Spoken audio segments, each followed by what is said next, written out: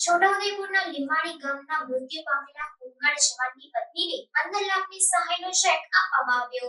લોકસભા સામાન્ય ચૂંટણી 2024માં છોટાઉદેપુરના લીંબાણી ગામના હોમગાર્ડ જવાન ગુલાબભાઈ રાઠવા ચૂંટણી ફરજ પર હતા, જે દરમિયાન તેમનું માર્ગ અકસ્માતમાં મૃત્યુ થયું હતું. ચૂંટણી પંચના નિયમો અનુસાર ચૂંટણી ફરજ દરમિયાન કોઈ કર્મી મૃત્યુ પામે તો તેના પરિવારને સહાય ચૂકવવામાં આવે છે.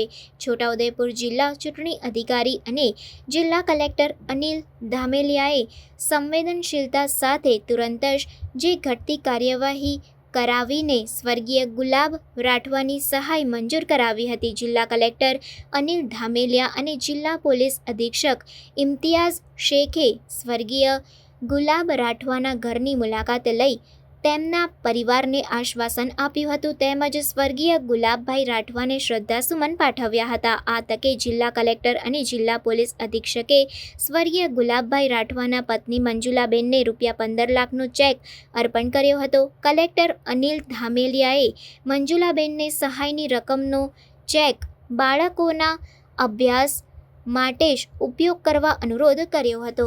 ચૂંટણીની પ્રક્રિયા દરમિયાન અનફોર્ચ્યુનેટલી એક આપણા હોમગાર્ડ જે ચૂંટણી પ્રક્રિયા સાથે સંકળાયેલા હતા અને ચૂંટણીમાં ફરજ નિભાવવા જતી વખતે તેમનું નિધન થયેલું હતું. એક્સિડન્ટ થતાં બાઇકમાં અકસ્માત થતાં એમનું નિધન થયેલું હતું. એમણે ગ્રાન્ટ મંજૂર કરીને 15 લાખનો ચેક એમના પરિવારને અર્પણ કર્યો છે. સાથોસાથ અન્ય સરકારી સહાય જે મળવાપાત્ર હોય એ પણ તાત્કાલિક ચૂકવાય એ માટે આપણે આશ્વસ્ત કર્યા છે.